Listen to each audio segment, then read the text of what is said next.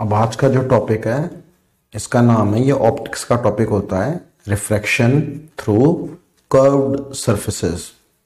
हमको यहाँ पे सरफेसेस कर्व्ड होंगी, यानी कि या तो कॉनकेव हो सकती है या फिर कॉन्वेक्स हो सकती हैं। इस तरह से दो तरह की सरफेसेस हो सकती हैं। यहाँ पे इसके अंदर ग्लास है और यहाँ पे बाहर एयर है। ये कॉन्वेक्स है बाहर की तरफ, या फिर आपकी सरफेस ऐसी हो सकती है, यहाँ पे अंदर ग्लास है और यहाँ पे एयर है। इसको आप कॉनकेव बोल सकते हो, एयर के रेस्पेक्ट में इसको आप कॉन्वेक्स बोल सकते हो। तो टोटल इसमें जब हम केसेस देखते हैं तो वैसे तो 8 केस बनने चाहिए। 8 केस कैसे बनने चाहिए देखना। ये सरफेस है, ये स्फीयर कुछ यू बनता तो इसका सेंटर ऑफ कर्वेचर कुछ यहां आता इस सरफेस का। तो इसमें जो ऑब्जेक्ट है उसकी दो पोजीशन हो सकती हैं। बेसिकली तो 4 केस बनेंगे। क्या? या तो ऑब्जेक्ट एयर में रखा हो, पहला केस। दूसरा केस ऑब्जेक्ट अंदर रखा हो ग्लास के। 2 केस तो ये हो गए। सिमिलरली 2 केस ऐसे हो सकते हैं इस वाले सरफेस में कि एक और केस में ऑब्जेक्ट बाहर रखा हुआ हो, एक केस में ऑब्जेक्ट अंदर रखा हुआ हो। तो ओवरऑल तो 4 केस होने चाहिए। फिर मैं 8 क्यों बोल रहा हूं? 8 इसलिए बोल रहा हूं क्योंकि जैसे जब ऑब्जेक्ट बाहर रखा हुआ है तो इसमें भी 2 केस हो सकते हैं। या तो ऑब्जेक्ट बहुत पास रखा हुआ हो या ऑब्जेक्ट बहुत दूर रखा हुआ हो।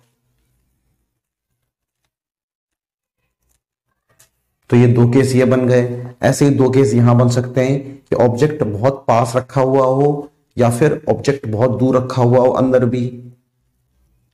4 केस ये बन गए। सिमिलरली 4 केस यहां बन सकते हैं कि ऑब्जेक्ट बहुत पास रखा हुआ हो, या मतलब ऑब्जेक्ट बहुत दूर रखा हुआ हो, या ऑब्जेक्ट बहुत पास रखा हुआ हो बाहर। और ऐसे ही 2 केस यहां बन सकते हैं। तो टोटल 8 केस होते हैं, पर 8 में से हम केवल 5 केसेस को डील करते हैं। 3 केसेस में फर्क नहीं पड़ता। जैसे इस अंदर वाले केस में फर्क नहीं पड़ता कि ये यहां रखा है या यहां रखा है, सेम साइज केस हो जाता है। इसलिए कटपिट करके हमारे पास में ओवरऑल 5 केस बचते हैं, वरना 8 केस पॉसिबल है ओवरऑल। ठीक है, तो अब हम यहाँ पे कोई भी केस हो, सब में डेरिवेशन का तरीका सेम होता है। तो यहाँ पे हम पहले 2 केस लेकर के देखते हैं। पहले एक केस इसका लेंगे। ठीक है, इसमें एक केस में हम अंदर ले लेंगे ऑब्जेक्ट को, एक केस में हम बाहर ले लेंगे, और दूसरा एक केस इसका ले लेंगे। तो बाकी 5 केस में सब में डेरिवेशन का तरीका बिल्कुल सेम रहेगा। बस जो डिफरेंस है वो डिफरेंस आएगा डायग्राम का। तो पहले हमने सरफेस बना ली, ये वाली कॉनकेव वाली सरफेस बना ली। अब ये चूंकि गोला कुछ यू बनता तो इसका सेंटर ऑफ कर्वेचर कुछ यहां होता। तो मैंने ये मान लिया कि इस केस में ऑब्जेक्ट रखा हुआ है, तो ऑब्जेक्ट को मैंने यहां रख दिया। तो सबसे पहला काम होता है कि आपको ऑब्जेक्ट से एक रे निकालनी है जो यहां पे इंसिडेंट हो। और अगर कुछ ना होता, यहां पे ग्लास नहीं होता, तो ये रे ऐसे कैसी चली गई होती। दूसरा काम होता है कि हमको सेंटर ऑफ कर्वेचर से इस पॉइंट को ज्वाइन करना होता है। सेंटर ऑफ कर्वेचर से एक लाइन निकलेगी उस पॉइंट पे जहां पे इंसिडेंट हो रहा है, और ये लाइन बनती है नॉर्मल। इसका रीजन भी बता रखा है कि कोई भी सर्कल होता है, सर्कल के सेंटर से कोई लाइन जाती है तो इस पॉइंट पे वो टेंजेंट के परपेंडिकुलर होती है, इसलिए ये नॉर्मल का काम करेगी। अब आने वाली रे ये है, नॉर्मल ये है, तो ये एंगल आई होगा।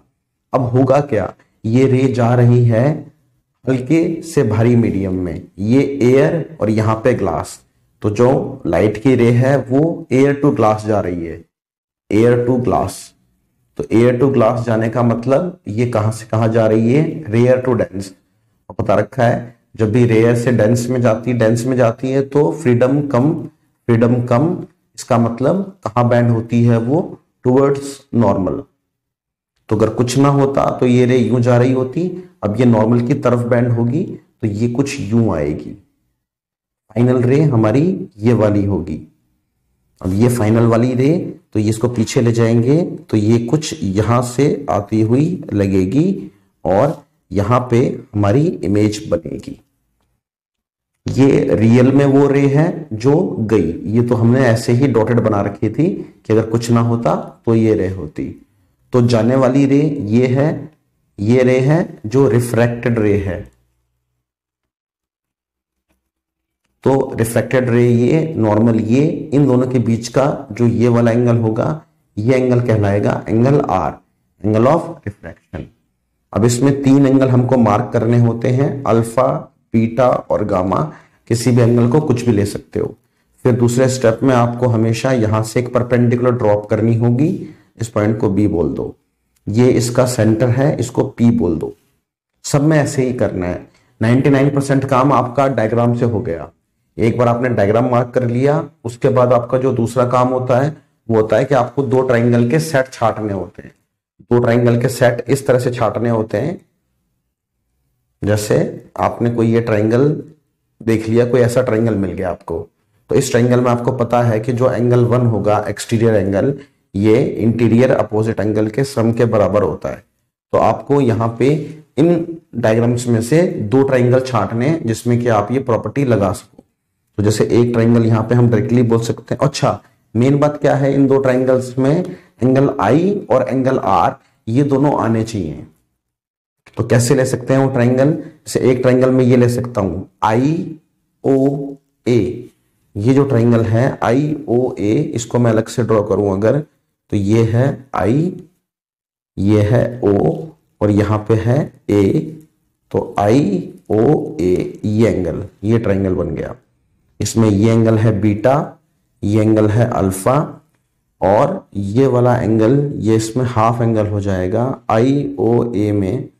तो ये वाला एंगल, तो ये वाला एंगल हमारे काम का नहीं होगा, तो हम आई ओ ए की जगह हम ले लेते हैं ए ओ सी। ए ओ सी लूंगा, ए ओ सी, तो ये एंगल हो जाएगा गामा, ये एंगल तो अल्फा, और जो ये वाला एंगल होगा ये एंगल हो जाएगा एंगल आई। ठीक है, क्योंकि ये एंगल ऑफ इंसिडेंस आई था। तो अब इस ट्राइंगल में, ये जो ट्राइंगल मिला हमें, ट्राइंगल ए ओ सी, इसमें अगर हम ये वाली प्रॉपर्टी लगा दें तो एक्सटीरियर एंगल है गामा, तो गामा की वैल्यू आएगी आई प्लस अल्फा।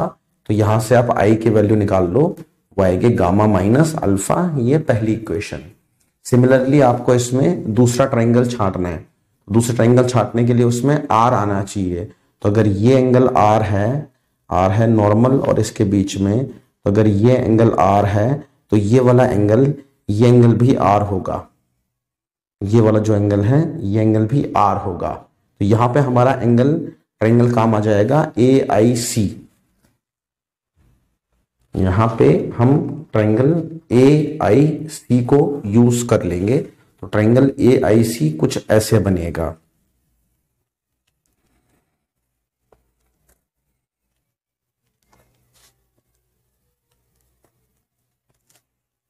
ए आई सी,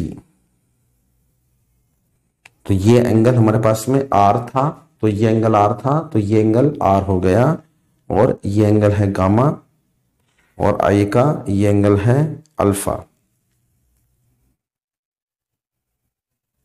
आई, तो आई का ये वाला एंगल बीटा है, ये एंगल बीटा है। तो यहां पर भी हम प्रॉपर्टी लगा सकते हैं। तो यहां पे भी एक्सटीरियर एंगल कौन है, गामा है। अब लिखोगे तो gamma equals to beta plus R, तो आर की वैल्यू आ जाएगी गामा माइनस बीटा, ये आपकी सेकेंड इक्वेशन। तो आपने सारे डेरिवेशंस में ये 2 काम करने होते हैं। उसके बाद सिंपल सा स्टेप है, आपने स्नेल्स लॉ लगाना है। और स्नेल्स लॉ कहां लगाना है, तो केवल एक ही पॉइंट है जहां पे स्नेल्स लॉ लगेगा, और वो पॉइंट है ये पॉइंट ए। तो इसका मीडियम का रिफ्लेक्टिव इंडेक्स μ2, इसका μ1 मान लेंगे। तो यहाँ पे ए पॉइंट पे स्नेल्स लॉ लगाएंगे, तो स्नेल्स लॉ लगेगा हमारे पास में μ1 sine of I equals to μ2 sine of are.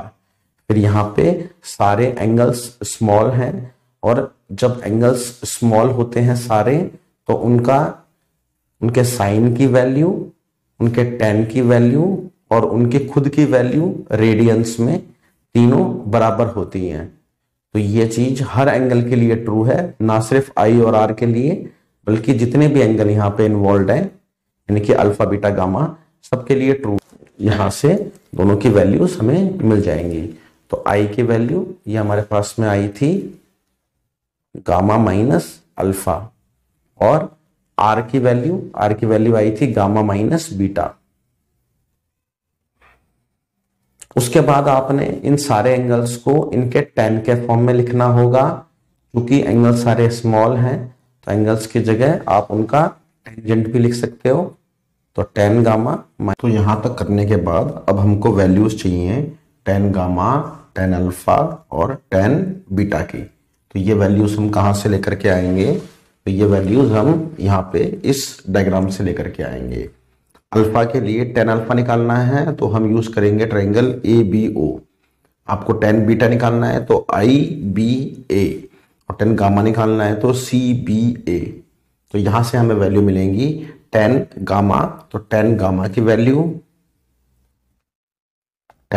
Value हो जाएगी AB अपॉन CB। सेम ऐसे tan बीटा की वैल्यू, तो ट्रायंगल ABI, तो tan बीटा की वैल्यू। तो ऐसे निकालने के लिए मैं दोबारा से ट्रायंगल्स को ड्रॉ कर लेता हूं, ठीक है। तो AOB, AIB और ACB। तो ट्रायंगल यहां पे हम बना लेंगे ABO, दूसरा ट्रायंगल हो जाएगा ABI और तीसरा ट्रायंगल हो जाएगा AB और C। Third triangle is this. तो tan गामा की वैल्यू, tan गामा की वैल्यू हो जाएगी AB upon BC। tan alpha हो जाएगा AB अपॉन OB।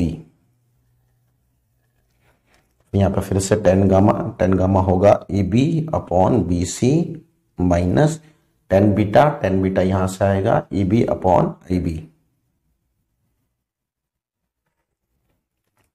नोटिस करने वाली चीज है कि AB सब में कॉमन है, तो मैं यहां से भी AB को कॉमन निकाल लूंगा, यहां से भी AB को कॉमन निकाल लूंगा और फिर AB दोनों तरफ से कट जाएगा।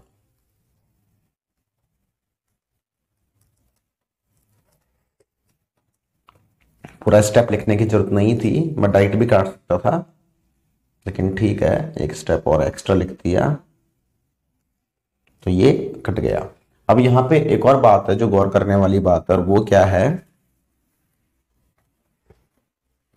जो भी हमारे पास ये सरफेस है ये बहुत स्मॉल है, इसका जो कर्वेचर है वो बहुत स्मॉल है। कर्वेचर इतना स्मॉल है कि ये जो पॉइंट B है और ये जो पॉइंट P है, हम इन, तो जब कर्वेचर की बात आई थी तो बोला हमने यही था कि जो पॉइंट B है और जो पॉइंट P है वो बहुत क्लोज है। जो ये डिस्टेंस है BP ये ऑलमोस्ट 0 है, इसीलिए हम बोलेंगे कि जो पॉइंट P है वो किसके बराबर है? पॉइंट B के बराबर है। सेम, तो जहां पर भी B आ रहा है वहां आप B की जगह किसको रिप्लेस कर देंगे? P को। जहां पे भी B है वहां पे आप B की जगह पे P को लिख दो। तो जो आपका ये रिलेशन बनेगा ये कैसे कर दिया है हमने?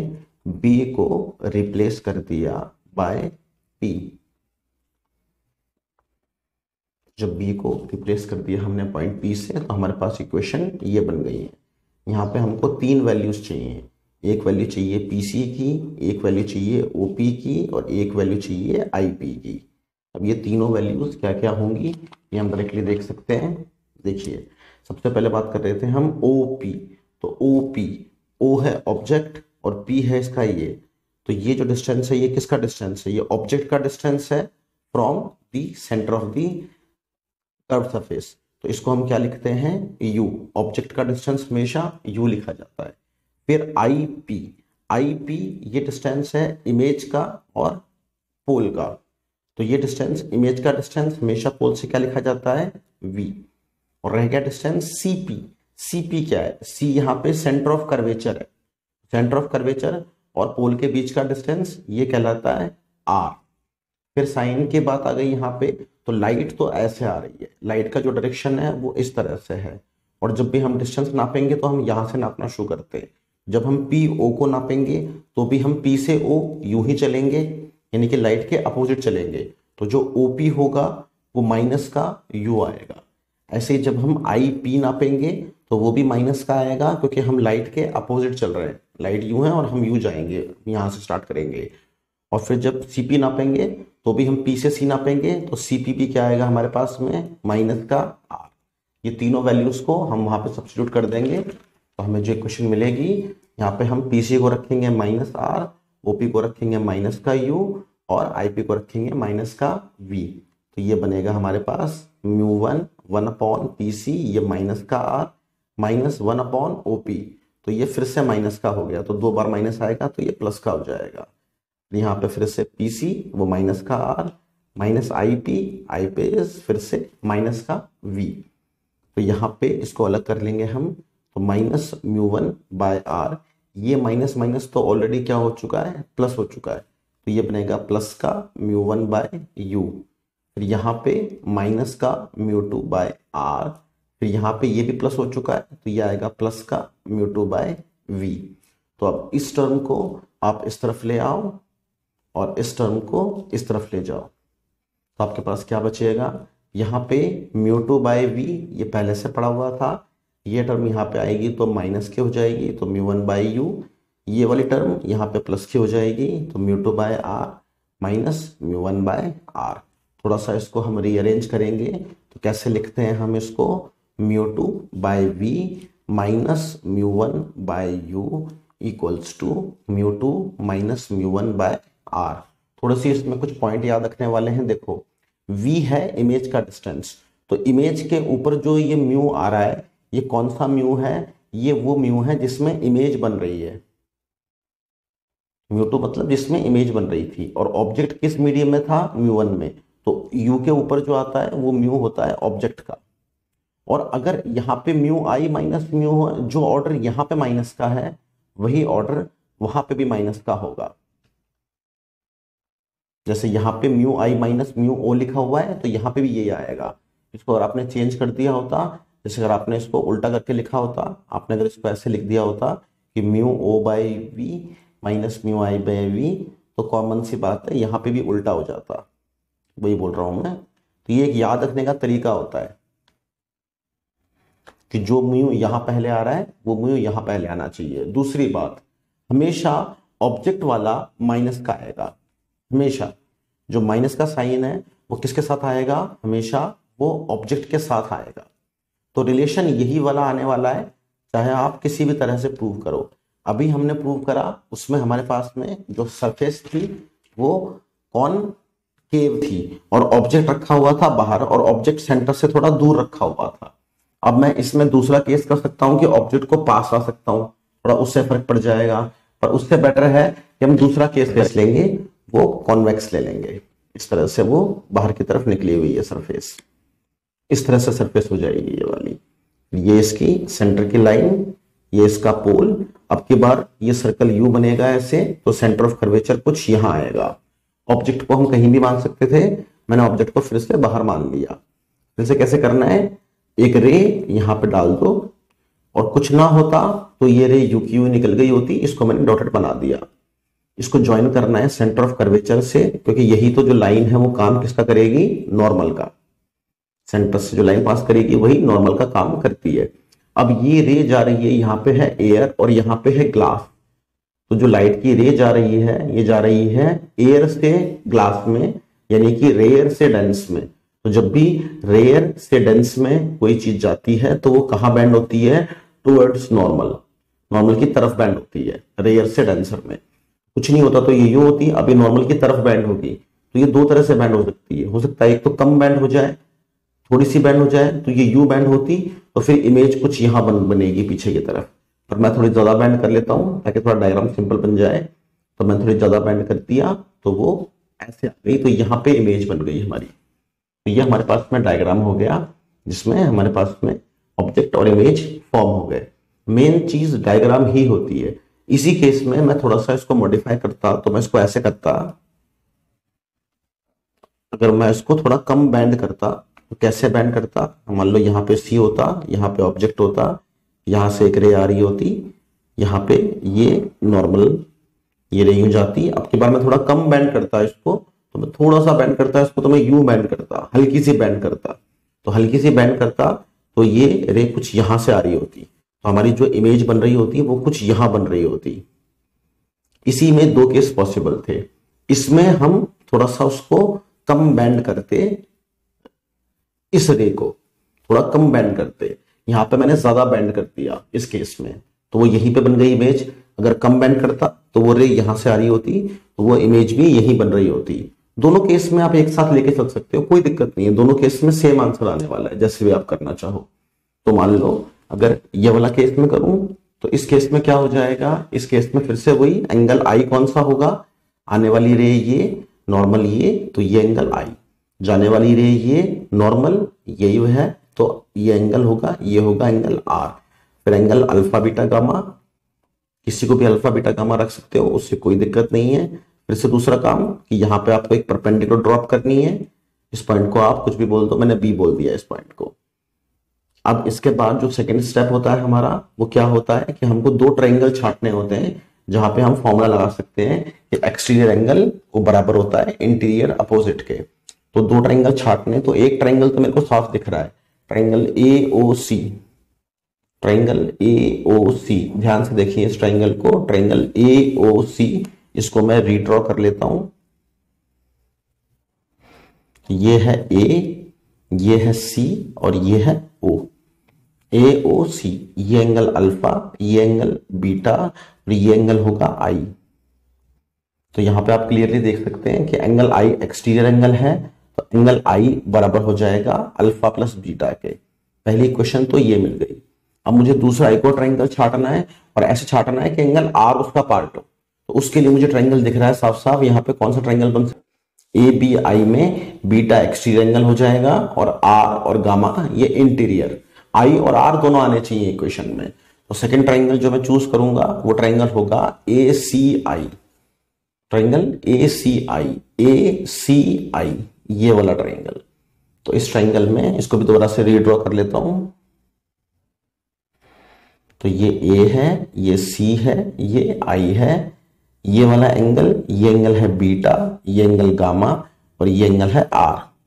तो जब मैं इस ट्रायंगल में प्रॉपर्टी लगाऊंगा तो लगेगी, तो beta equals to R plus gamma, तो R की वैल्यू आ जाएगी बीटा माइनस गामा।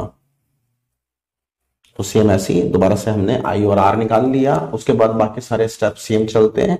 हम स्नेल्स लॉ लगाएंगे ए पॉइंट पे, कि पॉइंट तो एक ही है जहां पे स्नेल्स लॉ लग सकता है। तो जब आप ए पॉइंट पे स्नेल्स लॉ लगाओगे तो इस मीडियम का रिफ्रैक्टिव इंडेक्स μ1, इसका μ2 मान लो। तो यहाँ पे स्नेल्स लॉ लगेगा, तो μ1 sine of I equals to μ2 sine of R. फिर से आप बोलोगे कि एंगल बहुत छोटे हैं, एंगल बहुत छोटे हैं, तो साइन आई की जगह आई और साइन आर की जगह आर आएगा। फिर आप आई और आर दोनों की वैल्यूज रख सकते हो। आर की वैल्यू ये रही, आई की वैल्यू ये रही। तो आई की जगह आ जाएगा अल्फा प्लस बीटा और आर की जगह आ जाएगा हमारे पास बीटा माइनस गामा, ये आ गया। फिर से हम बोलेंगे कि एंगल बहुत छोटे हैं, तो एंगल की जगह उनका tan लिख सकते हैं। tan alpha plus tan beta equals to μ2, यहाँ पे हो जाएगा tan beta minus tan gamma. फिर से इनके वैल्यूज को रखना है, तो वैल्यूज को रखने के लिए tan अल्फा, tan बीटा और tan गामा, ये तीनों वैल्यूज चाहिए हमको। तो कहां से मिल जाएंगी, यहां से मिलेंगी। tan अल्फा चाहिए आपको, तो ट्रायंगल आप लोगे ये वाला ABO, ट्रायंगल ABO में tan अल्फा क्या होगा, परपेंडिकुलर है AB और बेस है OB। फिर आपको चाहिए tan बीटा, तो tan बीटा आपको इस ट्रायंगल से मिलेगा ABC से, तो tan बीटा इसकी वैल्यू हो जाएगी AB अपॉन BC। और फाइनली चाहिए tan गामा, तो AB बटे में BI, तो tan गामा की वैल्यू मिल जाएगी AB बटे में BI। तो ये तीनों वैल्यूज को हम यहां पे रख सकते हैं। तो tan अल्फा की जगह आ जाएगा AB upon OB, tan beta की जगह आ जाएगा AB अपॉन BC,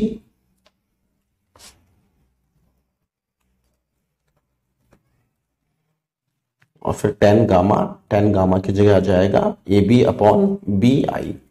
फिर से AB कॉमन आ रहा है, यहाँ पे भी कॉमन है AB, यहाँ पे भी कॉमन है, फिर से काट देंगे। फिर से हम क्या बात बोलेंगे, फिर से हम बोलेंगे कि पॉइंट B और P बिल्कुल सेम है, इनके बीच में कोई डिफरेंस नहीं है। तो आप फिर से क्या बोलोगे कि B पॉइंट P पॉइंट बराबर है। तो जहां पर भी B है, वहां पर आप P लिख दोगे तो ओ बी क्या बन जाएगा, OP, BC ये बन जाएगा PC, फिर ये तो बन चुका है PC और ये बन जाएगा PI। तो अब आपको 3 वैल्यूज निकालनी है, PI, PC और OP। अब ये 3 वैल्यूज कहां से आएंगी, वो यहां से आएंगी। देखो OP, सबसे पहले बात करता हूं OP की। तो OP की वैल्यू क्या होगी, तो ऑब्जेक्ट का डिस्टेंस पोल से ये क्या कहलाता है, U। अब लाइट तो आ रही है ऐसे, और हम इसको जब नापेंगे तो हम चलेंगे यहां से यहां, तो ये क्या आएगा, माइनस का U। दूसरा हमको चाहिए PC, तो PC ये क्या है, ये रेडियस ऑफ कर्वेचर है। और अब की बार हम पोल से यूं चलेंगे तो हम लाइट के डायरेक्शन में ही चल रहे हैं, लाइट के डायरेक्शन में चल रहे हैं, तो प्लस का आएगा ये, तो प्लस का R। और लास्ट बच गया PI, तो PI तो इमेज का डिस्टेंस, इसको हम क्या लिखते हैं, V। और अब की बार हम P से I यूं चलेंगे, हम जा भी यूं रहे हैं, लाइट भी यूं, तो ये भी क्या आएगा, प्लस का V। तो सिर्फ OP माइनस का आएगा, सिर्फ OP माइनस का आएगा, PC प्लस का आएगा, और PI ये भी प्लस का आएगा, प्लस का V। तो इन सब के वैल्यूज को मैं यहां रख दूंगा, यहां से एडिट कर दूंगा। यहां से हमारे पास में वैल्यू आई थी, OP की वैल्यू -U, PC की वैल्यू प्लस का R, और PI की वैल्यू ये प्लस की V। तो ये वैल्यूज आपने रख दी, तो μ1 OP ये बनेगा माइनस का 1/U, ये प्लस का 1/R, यहां पे फिर से प्लस का 1/R, माइनस PI, तो ये ऑलरेडी प्लस का, तो ऐसे रख दिया इसको। फिर से इसको अलग अलग कर लेंगे, तो ये हो जाएगा माइनस μ1/U प्लस μ1/R, यहाँ पे μ2/R माइनस μ2/V। इस टर्म को आप यहां ले आओ इस तरफ, तो यहां पे क्या बनेगा, μ2/V minus μ1/U equals to μ2/R, और ये वाली टर्म ये यहां जाएगी, तो माइनस μ1/R। तो फिर से आप देख सकते हो फॉर्मूला वैसा ही बन गया। देखो ऑब्जेक्ट था हमारा μ1 में, तो ये μ of object upon U। Image बनी थी हमारी यहाँ पे दूसरे वाले मीडियम में, तो μI/V, और जो यहाँ आता है जैसे μI यहाँ पे पहले था, तो यहाँ पे भी पहले वही आएगा। तो या तो इस तरीके से याद रख सकते हो आप फॉर्मूले को, या फिर आप इस तरीके से भी याद रख सकते हो कि जिसमें ऑब्जेक्ट होता है वो वाला μ माइनस का आएगा, इमेज वाला प्लस का आएगा, और यहाँ पे सेम सेंस चलेगा। तो इसको एक बार में लिख दिया अपॉन में R। तो ये 2 केस में कर चुका हूं। जो ये वाला केस था जिसको मैंने करा नहीं पूरा, मैंने सिर्फ डायग्राम बनाया था इस केस में। इस केस में भी आप करोगे तो भी सेम आंसर आएगा, ठीक है। कोई सा भी आप केस ले सकते हो, बस जो मेन चीज है, जो आपका 90% जो काम है वो है डायग्राम से ही बनाना। अगर आपने डायग्राम से ही बना लिया तो आपका काम सारा हो गया। मैं एक बोनस डायग्राम बना देता हूं। जैसे मान लो अब इसका सेंटर ऑफ कर्वेचर यहाँ पे आएगा, क्योंकि ये यूं होगा, तो मान लो ऑब्जेक्ट यहाँ रखा होता, तो मैं कैसे करता, यहाँ से एक रे आती है ऐसे इंसिडेंट रे, यहाँ पे नॉर्मल रे ये यूं जा रही होती। आपको बस ध्यान ये रखना है कि रेयर से डेंसर है या डेंसर टू रेयर। अब की बार ये कहां से कहां जा रही होती, डेंस टू रेयर। तो अब की बार ये कहां बैंड होती, अवे फ्रॉम नॉर्मल। तो अब की बार ये रे नॉर्मल से कुछ दूर चल जाती, तो ये कुछ यूं चल जाती, दूर जाती, तो ये कहां से आती हुई लगती हमको, यहां से आती हुई लगती। तो यहाँ पे हमारा बनती इमेज। तो यहाँ पे अब आपको फिर से पहले एंगल मार्क करने हैं, तो आने वाली रे और नॉर्मल ये, तो ये एंगल I, जाने वाली रे ये, नॉर्मल ये एंगल R। फिर इनमें से किसी भी एंगल को अल्फा बीटा गामा बोल दो, कोई फर्क नहीं पड़ता। जैसे यहाँ पे एक परपेंडिकुलर ड्रॉप कर दो, उसके बाद सारे स्टेप फिर से रिपीट करने हैं। तो अगर आप चाहें तो इसको आप एज अ होमवर्क ट्राई कर सकते हैं, सेम आंसर मिलेगा आपको।